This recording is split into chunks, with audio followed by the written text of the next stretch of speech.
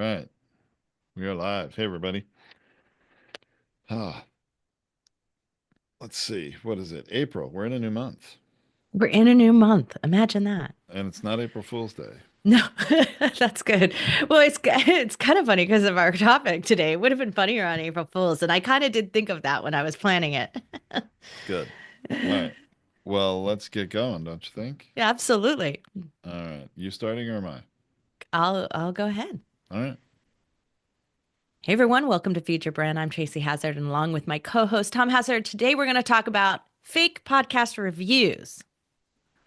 Now, fake podcast reviews may not seem like they're a problem to you. But they are because you all know you're getting tons of solicitations from people offering you to get you hundreds of reviews. It happens all the time in my LinkedIn DMs. I don't know about you, Tom. Not just in LinkedIn. Yes, it is happening in my LinkedIn DMs for sure, but not just in LinkedIn DMs and other places too, and unsolicited emails and other things. And it's not just fake reviews. I think really what we're going to talk about today applies to a lot of fake things like fake subscribers, fake downloads, fake, all sorts of fake things you can do for your show. And you might You be, can do it, but yeah. what we're going to talk about today is should you do it?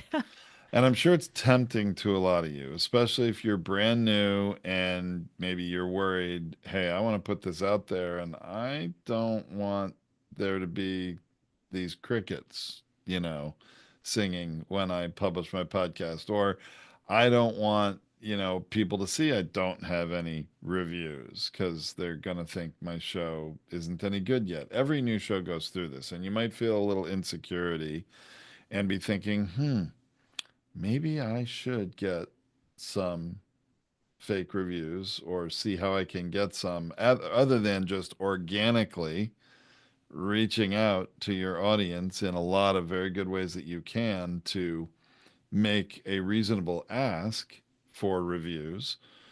Um, but it really, there is no shortcut, I think is are going to be our overall message today. You can't shortcut this and, jumpstart it. Yeah, but I think there's someone out there saying, but there's all these people offering it, so it must have some value. I'm sure I mean, people are there's thinking a, that. a market for it, right? So if there's a market for it, it must have some value. And look, we see this. This is not any different than YouTube. There is a significant amount of business out there buying fake downloads, fake video views, and fake subscribers to your channel. It's all the time. Yeah, I have a customer very recently, a pilotized customer who I discovered had been paying a company monthly overseas to increase their YouTube subscribers and their video downloads. The thing is, they're not real people and they're not engaging with you. They're not commenting on videos. They're not making requests of you. And guess what?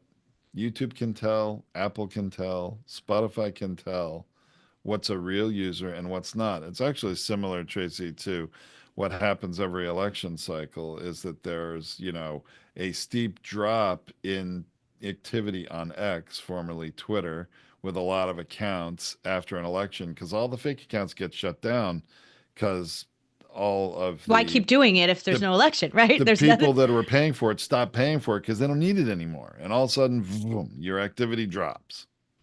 That Right. was a Well, technical term, by the way. Vroom. All right. yeah. Just sorry for those of That's you. the elevator hitting the bottom, right? Yeah, it's like woo, the thing drops. The air being let out of the balloon, whatever. It just doesn't work, and it can cause more harm than good. Right. And so that's what I want to start with, Tom. There's some significant harms to your credibility, to your authenticity, to future sponsorship, to your ratings, to video views that you might get in the future, to your algorithm in general. All of those things do contribute and can create future harm. And here's the number one way. So I had someone come to me and say, "Hey, I got asked to be a guest on this guy's podcast and videocast, and he wants me to pay him." and it's only 250 bucks. So I'm thinking I should do it. What do you think? And I'm glad he asked me because it gave me a chance to go explore. And I don't, I steer away. You've heard our episodes possibly in the past of us talking about not paying to be a guest. But sometimes there's a good reason to do it. Sometimes there's a really good situation and context in which you just want to be a part of that community. So I go and I check out this guy's YouTube channel. And he's got 10,000 followers, which is what I was told by this guy who said, "Should I guest here?" He said he's got 10,000 followers on YouTube. I think that was must have been what was in the email. That was his credibility point. He thought, well, he's got 10,000 on YouTube, so it must be worth doing, right? What worth $250? And I was like, Yeah. well, if it's only $250, it's not worth it. Like that's what I was thinking in the back of my mind. I was like, that's too little if you legitimately have 10,000 viewers. And so I go to the channel, and sure enough, there's one video, one single really old video that has maybe 6,000 views. And it's right at the front. And then every video after that, and every single one that was a podcast interview, 10 views, 30 views, maybe the highest. So when you have 10,000 subscribers and 10 views on average per video, Yeah. What does that tell you? all of those are fake, right? And it tells YouTube your channel is not worth it. So that actually those more subscribers hurt you more than if you had less subscribers. Because if I had 100 subscribers and I was getting 10 views, that's 10%. Right.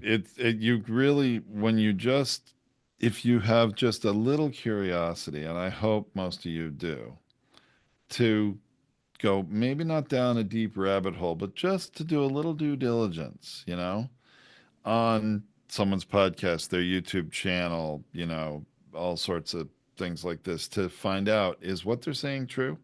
Now, you're not always going to know. You're not going to be able to verify if they have 10,000 listeners on podcasts because there's not a lot of listening apps that disclose that. There are some things that are disclosed. Spotify has, some things that you can see, but you really can't look at it all. But if a podcaster really is trying to get you to pay to be a guest on their show, they can send you screenshots from Apple Podcasts. They can send you screenshots from other analytics and prove that, what they're saying is true. But when you look at the ratios, like you're saying, Tracy, it really pulls back the curtain on the wizard, so to speak, doesn't it? Yeah. And so here's the thing, look, when I am going to sponsor something, when I am going to pay for something, right? So thinking about your future sponsors, your future guests, your future partners, joint venture, or whatever, if they do any little bit of digging and they can just, I mean, all I did on that one was open up the channel homepage. Like I didn't do anything difficult, but I can do the same thing with your podcast. And I can go down and look at your star reviews and your reviews, and I can tell instantly whether or not you are the kind of person who will pay for fake reviews. Because all the fake reviews say the same exact thing. They all look the same way. They all have no insight, no comments, no nothing that is of any value. They're all 5 star, right? Because that's what you paid someone to get you. And so it tells you no legitimate information. But if I say, wow, you're the kind of person who's going to pay for fake reviews, what else are you willing to fake and lie to me about as a sponsor? Your credibility is in question from moment one. Now, I'm already skeptical as a sponsor about podcasts because I know that lots of podcasters lie about their stats or get overstate. Oh, I'm at the top of the charts on this. I'm in the top 1%. Like, who cares? And so there's a lot of that going on already that's just, oh, claiming more than you're worth. I mean, look, even Joe Rogan does it. All these podcasters are out there claiming their YouTube as a part of their video. I mean, as a part of their podcast stats. And that's not the same thing. Video stats and podcast stats are not the same. And so, And as we've talked about on previous episodes, the the top whatever percent that Listen Notes says you are doesn't really mean what you think it means. So be careful about touting that. Right. And anyone who touts it, if you're in the know in the industry, you're immediately skeptical. You immediately go, that guy doesn't know what he's talking about. And so these are issues with credibility. So long term credibility, you think I just need to give my show a jump start. But long term, it has negative effects on you. And that's what we want to prevent here. Absolutely. And there are ways, and this is the other thing we want to share with you today. There are ways to actually focus on strategies that are going to get you more engagement with your listeners and where they will be more willing to actually leave you a review. And you can even make a request, hey, if you're really enjoying the show, I would very much appreciate it if you would leave me a review on Apple if you're an Apple listener, because I we need to get some reviews so other people can see how great the show is too. I mean, just something genuine from the heart like that, people are going to be more willing to do it. And when you do it, you're going to see results. Tracy, I want to share with you, I was on a call with an existing customer of ours at Podetize not 2 hours before we're recording this. And, you know, I'm having a conversation, looking at their analytics, and I was thrilled with the growth. Now, this podcast's been maybe, I would say, doing this for a year and a half or so now. And their Spotify followers, which is one very true measurement of interest in your show. Okay, so Spotify followers and Apple followers, they call them followers now on Apple too. It used to be subscribers, and you can sort of use these terms interchangeably. But this customer was very pleased because not only are they approaching 1,000 Spotify followers, which is really solid for an independent show, but that growth chart, that actual, you plot all the growth of followers on Spotify, it's very, very steady going from the lower left to the upper right. It's a really good triangle on the graph It that is didn't just go continuing to whoop grow.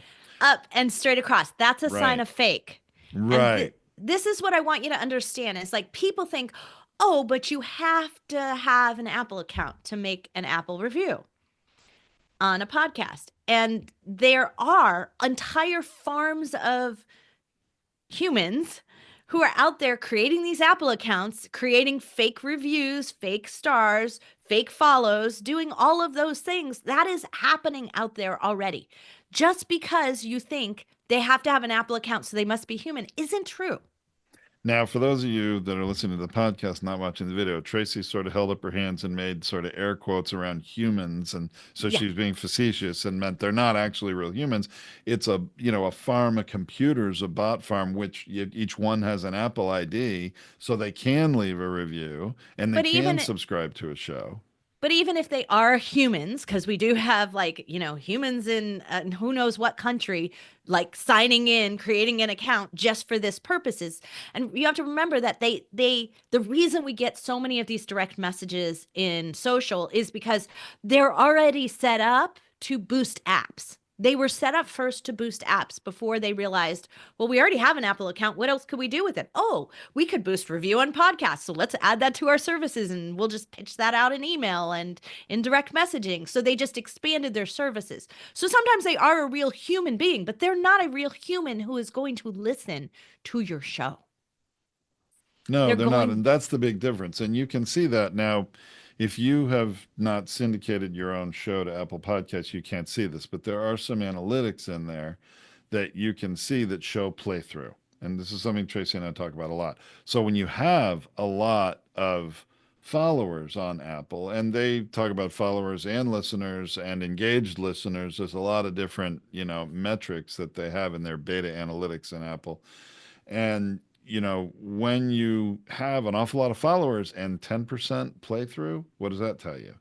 Again, nobody is really listening because they're not real people. They're not really interested in your stuff. But the good news is, if you're putting out quality content, you're showing up for your audience on a regular basis, guess what? There are people listening to you that are truly following you and are truly subscribed and they like your show. And other people like them would like to know about your show if they had awareness of it. So Let's talk about what you can Well, wait do. 1 minute before Not we yet? head on that. I just All right. want to just highlight a couple of things because we've been seeing a lot of this going on.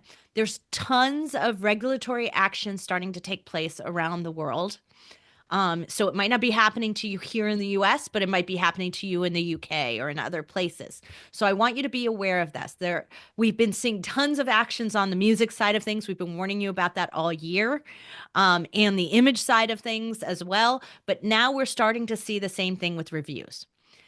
Fake reviews can lead to significant penalties on a platform because the platforms themselves can now be fined by governments and by other agencies, and so they will just shut your show down, right? Remember, you're there at their good grace. Like you're not paying them to share your show, right? You're there for free. So if they decide you're too much trouble, they will shut you down. That has not happened as far as I know yet, but they have certainly shut down reviews and removed reviews.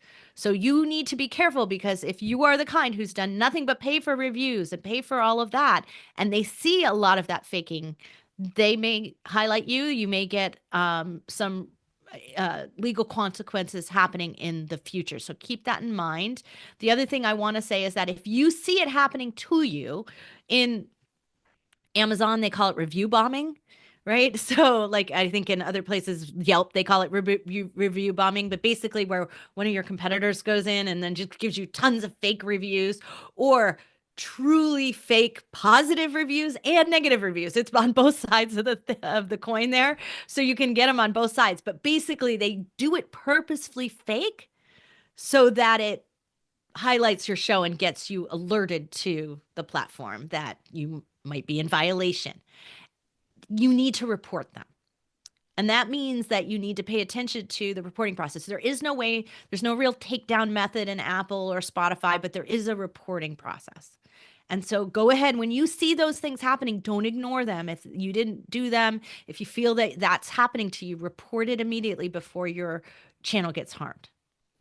It's a good point, Tracy. And, along those lines, I think we should also mention to our audience that we are seeing increased activity both on YouTube and on Spotify lately, cracking down on, regulatory issues. Now, it may not always be reviews and fake reviews. Sometimes it's, copyrighted music that you may not have, they question if you have permission to use. We're seeing a lot of this, especially YouTube and Spotify, and that can cause harm to your channel. It can cause a bad listener experience when all of a sudden, part of your video is muted when you're trying to watch it and you don't understand that. Well, that's because there's some copyrighted music and trying to get around that issue. But all this stuff causes problems, and it's only going to get worse because it's easier and easier for the AI bots to be checking your content, and they're also reading through those reviews. And a review that has no context and just says this is a great show, and man, I'm oversimplifying it, but there are some that do that, and they don't give you any context as to the good reason why they think it's a good show. That lets them know, that review is probably not from a real listener. Yeah. Now, on some platforms, you can tag something as not helpful, which pushes it down. Go ahead and do that if you can. It's not available everywhere, but sometimes you can do things like that. So if you find some on there and you're concerned about them, push them as not helpful and try to get them down to the bottom, or go ahead and report them, straight report them if you don't know where they came from. It's a good suggestion, Tracy. Yeah, I think, some people also might be unhappy with a negative review. Maybe it's a true review from a listener, but a negative review, and that happens. I mean, even when I see a show that has 27 5-star ratings and they've got one star rating, right? And they'll have a negative review. The only thing you really can do is push that down. And the way to push that down is to get more positive reviews. Now, can you ask, your brother, your sister, your relatives, your mom, whoever, who loves you to listen to your show and give a review? Yes, you can. I mean, those are real people, and especially if their last name may not be the same as yours, because your sister got married, then that may looks a little more legitimate. You certainly, everybody starts there. I'm not going to pretend we don't all start there saying, oh, I need some reviews. Because when people look at a show, it's kind of a box that they just want to check. I don't think anybody really takes a deep dive and reads all the reviews on Apple. I really don't. They only display like two or maybe in some cases four at most, even if you have, dozens. And you just want to make sure those ones that are there hopefully are positive. If not, time to make a request for more positive reviews so that they just get pushed below the fold. And that's the problem that I have, Tom, is like people think more is more. But I look, I have probably some of the most, like, I get notified by Google all the time that I am like the top reviewer of a location. It just happened really recently that I got notified and I sent a picture to my mom. I got notified that I was the top reviewer of her gallery. And in the review, I wrote, the artists here are absolutely amazing. And, as an artist myself, because I went to art school, right? Like, so it's a legitimate comment. Rosemary Davio's work is just beautiful. And so I put all this in the review for the Sandstone Gallery in Laguna Beach. And the next thing you know, it has hundreds and it's on the location, like the Google Maps. And it's gotten hundreds and hundreds of views and thumbs up from people. So it becomes a helpful thing because it doesn't say, Tom is great. Yeah. This show is great, right? It says more. It says why you should walk in there, why you should put this in your, in your playlist, right? Thinking about that, that's going to matter more than lots of great reviews that go, thumbs up, 5 stars. Like nobody cares about that. And I have been a long time binge listener of podcasts. This is my thing. This is what I do. And I can tell you, I have never once been influenced by reviews. I agree. I do think it's just one of those things that, it's important to have that box checked and have a few. And as Right. long as there are no really negative ones showing, I don't even look at it. And please don't obsess over this as a Well, and podcaster. it's not even about a negative one showing. Like, I will read a negative review on Amazon all day long. I will read what they had to say. So it's really about it being valuable information. So it may be that the negativity is exactly why I want to listen to the show. I guess it So you depends on the never know. review and what's written. Right. Yeah, yeah. So the only time that a review comes into play to me is when you're comparing things, when you're comparing products, when you're comparing where to buy something, when you're comparing what to listen to. So if I've got two shows in the same genre and they're at the same number of episodes, that's when it matters. But for most listeners, the number of episodes matters way more than anything else because the number of episodes says you have the endurance to take what podcasting's not, it's a marathon. So you've got the endurance. No, and number two, you've got more content for me to consume. So there's bound to be more value in there. You wouldn't keep doing it if it wasn't valuable to somebody listening, where less is less. And I think the other thing that goes along with what you're saying, Tracy, is what people are looking at is not just how many episodes you have, but are you current? And how often are you showing up for me, the listener? If I'm going to subscribe or follow this podcast, and is this a waste of my time? It's just going to be one more thing that happens to be in my library, but you're not doing anything new, or you're showing up once a month. Am I really into that? Maybe not. Maybe I'll go find another show that's showing up for me weekly. That's gonna play a role. But so I mean, look, the reviews are there. They are available in only some apps, not all. And yes, we all want to have some good ones. I don't think you should obsess over it. But when it comes time for you to decide, you know what, I really would like to have some more reviews, or I don't have any and I want to get some. What should you do? But Let's and address I'm going to that. say that what you hit on right there is probably the only important time from what we just said to you. The most important time to be considering about the reviews is in the beginning. When you don't have that credibility of hundreds of episodes and you don't have that credibility of how long you've been doing this and you don't have a lot of core listeners yet, that's the time where the reviews might matter. It also does have some small amount of algorithmic assistance to you that we know of in Apple Podcasts. That's the only place that we know that it legitimately has that. It possibly does on Spotify as well, but we don't have any actual data to that.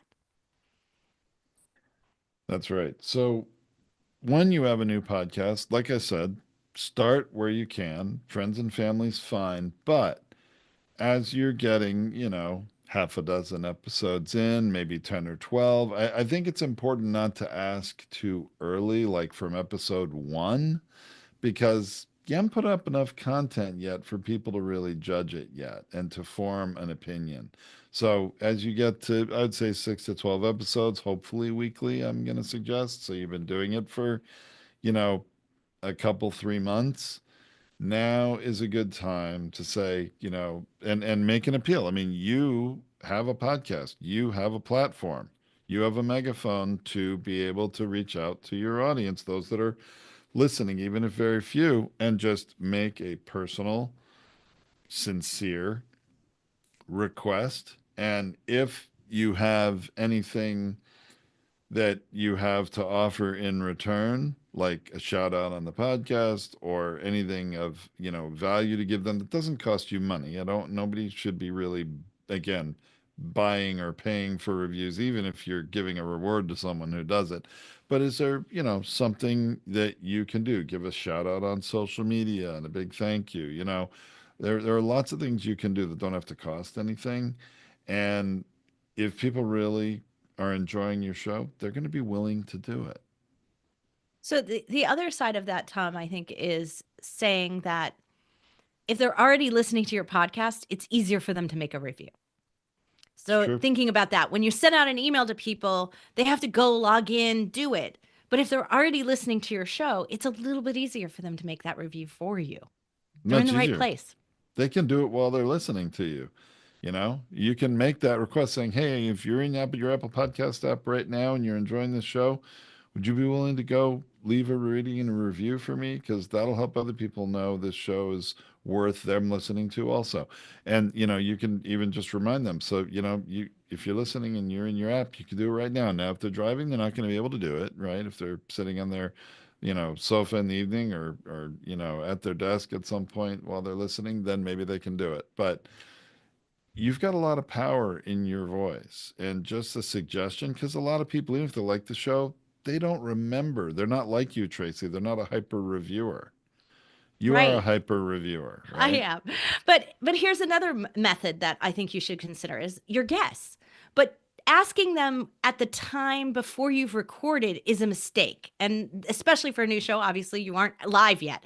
But when you send them the notification that says, "Hey, your episode is live," and while you're there, leave a review. It would be really helpful. The best thing you can do to thank me for this publicity is to leave me a review.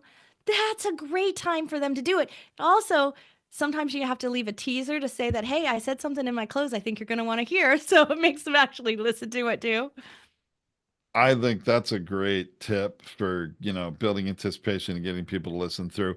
And, Tracy, I've experienced that. I've, agreed to be a guest on someone's show and they have this, landing page and a form for me to fill out to apply, if you will, again with air quotes here for those of you only listening, to apply to be a guest, even though they've asked me and I've already agreed, I got to go fill out their form. When I have a form that makes me check a box that says you agree to go listen to my podcast and rate and review it before being interviewed, that I've had that happen legitimately. I'm not making this up. That's a big turnoff to me. Look, I as a I good canceled guest spots for that. yeah, and I have too. And but the thing is, if I'm gonna be a good guest, if I'm gonna go do a good job, I'm gonna go listen to a couple of your past episodes because I want to know what I'm getting into. That's the first thing. So I think any person who's being a guest should do that, even if you want to listen to portions of it. You don't have to spend hours and hours. Okay? Well, see, for me, it's the opposite of that. Usually they'll be like, "Do it on Apple Podcasts." Well, I don't have Apple. Yeah, you're not an iPhone user. You're a I don't have what it. what are I they? What can't are do they? it. I don't even know what else there is than Apple iPhone. Honestly, what do you listen? I don't know. You- so funny.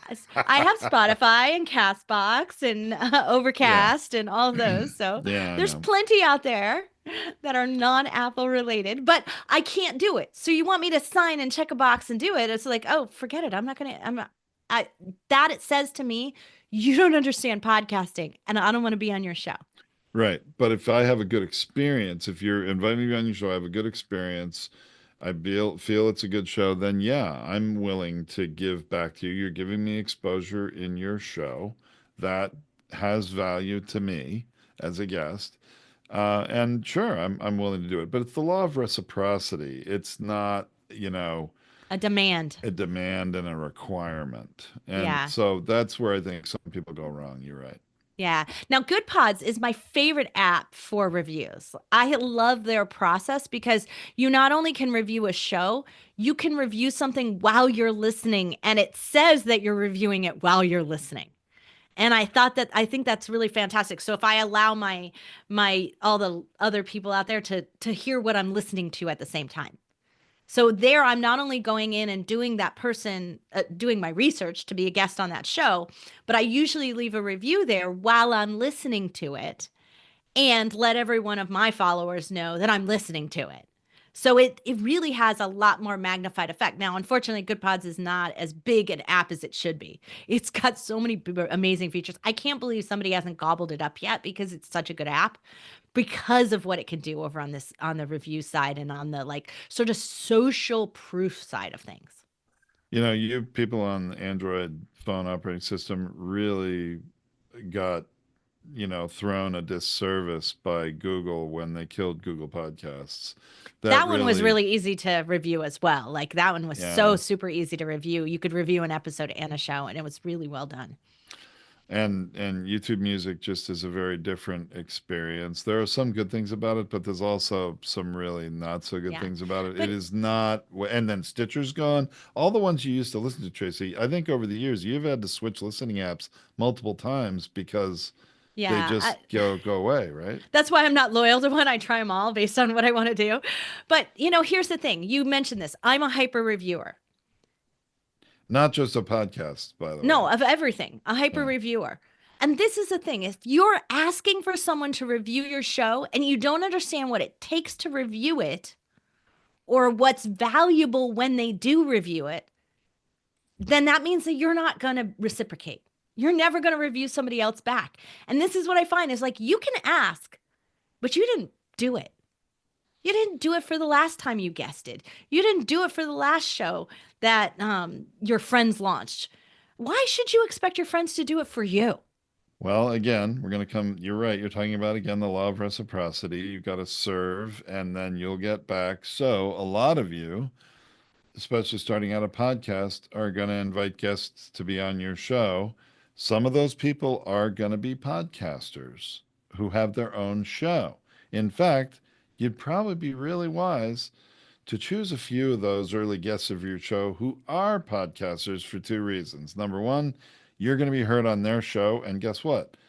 Their audience are other people who listen to podcasts and they'll listen to multiple. So they might then start listening to yours too. That's number one. Number two, you can leave a review on that person's show and send them an email. Say, hey, just want you to know I really enjoyed being on your show and I've left you a positive review on Apple.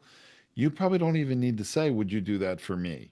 They probably would feel a little guilty, like, whoa, they left me a review. I better go do that for them.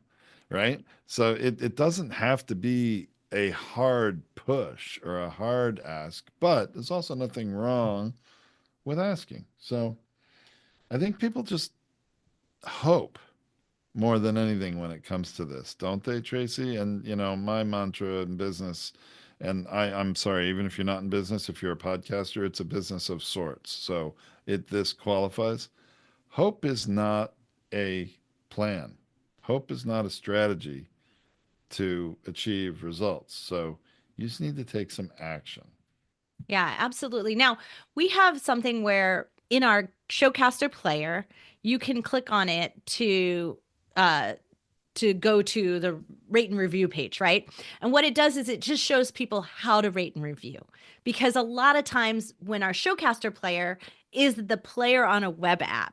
So that's for the people who maybe are not as used to using their podcast app. And so we've helped provide an education process for them on how to rate and review, which then starts to give them a couple of apps that they could go try and use. And maybe in that process, they'll get used to like, oh, I should really join. I didn't even know. Like, I mean, my parents didn't even know they had an Apple Podcast app that was native to their phone. They didn't know what it looked like because who would think that this thing with the little like it looks like it looks like a Wi-Fi tower like instead of a podcast app, right? So they had no idea what that is. And they're not Spotify users, they're not music listeners like that. My dad has records. So that's something that you can also do is it's not a bad idea to have a rate and review page on your site. We put one in our Showcaster that's generic. It goes to podcastersunited.org and shows people how to rate and review. You're welcome to use our rate and review page as yours just because it's simple. You can copy it, you can use our actual page and refer Yeah, you to it. can That's link totally to it. fine. Yeah, And so, but sometimes, depending on your audience, they might be an older demographic. They may not understand how to do this yet. And so, helping them do that is also a service. So, don't forget that just because we want you to get other listeners because it's faster and it's easier, doesn't mean that those other ones out there, aren't helping to educate them on the whole podcasting ecospace. that's right. Well, I want to go back to, paying for fake reviews, which happen, or for subscribers and followers. Like I mentioned, we have a customer who was paying, I think it was $200 or more a month to some company overseas to get them a certain amount of video views per month. And remember, they only have to be viewing it for a few seconds or maybe a whole minute in order for it to count as a view, right? It's 30 Um, seconds, I think. is it 30 seconds? And it really doesn't help you. If you really want to accelerate it and do something more than what we're talking about so far in this episode, which is organic, genuine ways to engage with your already the audience you have to request reviews. If you don't want to do that, or you don't just want to wait till you have and you for brand new, there are some ways you can accelerate it. And if you're willing to spend a little money, like a couple $100 a month, there are better ways to do it. And it's really ways to just boost, raise awareness of your show, advertise your show to new potential listeners. We have a promo cast system that does that. And, if you're interested in that, you can check that out. But you don't have to pay any money to do this. But if you are willing to pay some money, just make sure you're doing something that's going to reach out to real people, present the opportunity for listening to your show, and encourage them to come and do it. And then they listen to your show.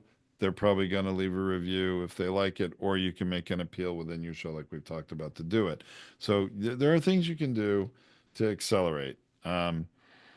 But I Fake think it's reviews just very isn't one of clear. them. Fake reviews, buying these things that are really bots, are not real people who are going to be the right people who want to listen to your show. I mean, that's the thing. Every one of our podcasts is a niche of content of some kind, right? There are very few shows that are general interest and have a wide variety of things they cover. There are some, but very few. So usually we have a niche topic, and there are specific kinds of people that are going to want to listen to our podcast. I mean, if you have no interest in podcasting, you're not going to listen to Feed Your Brand, right? We're not trying to be a show for everybody. We have a narrow niche of people that are interested in these topics. So make sure that you understand that you've got people to address. There are places where you can find them. And engage with them when they do, even if it's your first listener, and try to engage with the people. Invite them to comment, invite them to reach out to you on social media, invite them to email you. Have an email address that's just for your show. So, not sending it to your personal email.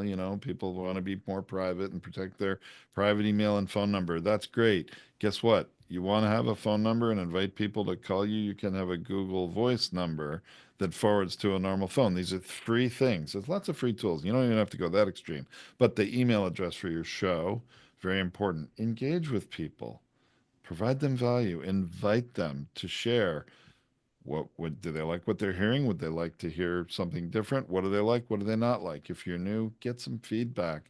These are things that are going to encourage people to be willing to share your show with others, to review it, to help you be heard and found by more people. Okay, so how to write a good review. Shall I just do my little quick recap on how to write a good review? Yes, I think that's valuable. You should So do if that. you're going to now put out into the universe that you'd like reviews, then you better go out there and review some things. Let's kick off the law of reciprocity by doing it first. So here's what I do. I always think about if someone is reading this who is trying to make a choice between one or the other, a choice between my time, my money, whatever that is, and then I'm deciding between two things. Why would I choose this? What's going to make this? Why is this uniquely valuable? And I also don't want to waste someone's time. So if this is only good for a certain type of person, I want to tell them that too. So those are just the two basic things that I put in every review that I give. And I'm going to tell you, I don't give positive reviews all the time. I do give negative reviews, especially on Amazon, right? When something was bad, it was bad. But I tell them exactly why. That's a great point, Tracy. I think a lot of people who leave a bad review just sort of trash them and say, I don't, this vendor can't, is not trustworthy. Don't ever buy from them if it's an Amazon review. But that doesn't say why. Right. And so I'm very clear about why. Like, and it might not even be this isn't not worth buying. It's you're gonna buy the wrong thing if you don't buy it a size up or a size down or whatever that might be, right? Or the material's not what you expect. I'm a textile person, so that's very common to me. It's like it's a lot thinner than you think it is, So the stuff like that, just be clear about it. Just thinking about how you can be most useful to the person reading that review. That's simply it. You're a 5 star. I'm not honestly an overly 5 star person. So if I give something a 5 star, I really mean it. Well, that's another good point is to be, I guess, judicious with your ratings if you're going to rate it. But the review is, there are two different things, by the way. A rating and a review are actually different things. The review is the written part. And I think it's very important that you give just a little context. And really, that's what you're talking about, Tracy. Absolutely. So think about how you want to go about and do that. Try some. And if you cannot figure out how to write a review, go use your AI. So, what I have done before is I might take and copy and paste the description and the show name into Gemini, and I'll say, I need to write a 2 sentence review for this show. What should I say? Let it tell you. And then make it do a few options. And then just say, hey, I'd like to focus on how this is useful for podcasters. And then the next thing you know, it gives me even more context. It can help jumpstart your review. Now, I don't copy and paste that directly in ever, but if I'm struggling to write something original, I've done that before for suggesting to others. Like it's really hard to write a review about yourself, right? So if you want to write a testimonial, it's really hard to write a testimonial about yourself. But sometimes people need a jumpstart. So I will say, here's what I'd kind of like to have as a testimonial about me. I'd like it to be about this, this, and this. Give me some suggestions. You pop out those suggestions. You can pass them on to somebody and say, these are some examples. You know, you're correct, Tracy. I hear what you're saying. And I'm realizing that's probably a pretty good thing to do for a lot of people is to provide, if you will, swipe copy for a suggested review. It's a little arrogant on the one hand. On the other hand, a lot of people are just lazy. And if they had to write it themselves, they would never do it. So, So, a better way to do it is to go into your own reviews. And if you've got some good ones, is to just make a screenshot of it because that way they can't copy it and just use uh, those as examples of that's a here's good some idea. examples of some good ones. If you would do something similar, that would be great. And if you don't have any, guess what? You could take an example of a review for someone else's show and say this kind of review, so you could still do that even if you don't have any yet. Yeah, because when you copy the stars and everything, it's not related to the show as long as the actual review isn't related to the show. Right. I wasn't even suggesting to pretend that it is for your show. Just saying, like, here's an example of a couple of good reviews that if you'd be willing to do something similar, it'd be much appreciated or something like that. Yeah. So anyway, we've gone on long enough about fake We reviews have, and haven't we? real reviews and all of those things. But I think, how do you want to show up in the world? We want to show up to real people. We want to provide real value. And I guarantee you didn't do your show for these numbers. And if it is, and you're satisfied with this hollow win, I don't think your show's actually going to last, because I think podcast listeners are smarter than that. I think that they understand when someone's being real and when someone's not. Well, I think that's a great place to leave it there, Tracy. Great note to end on. Hope you've gotten some value out of this episode. Thank you so much for listening. You'll find the blog post for this episode at podcastersunited.org. And we'll be back next time with another great episode. Until then, signing off for Tom and Tracy on Feed Your Brand. All All right. right. You're in control of the live stream, right? Oh, I am. That's right. Yep. I I can't forgot. stop it. Sorry.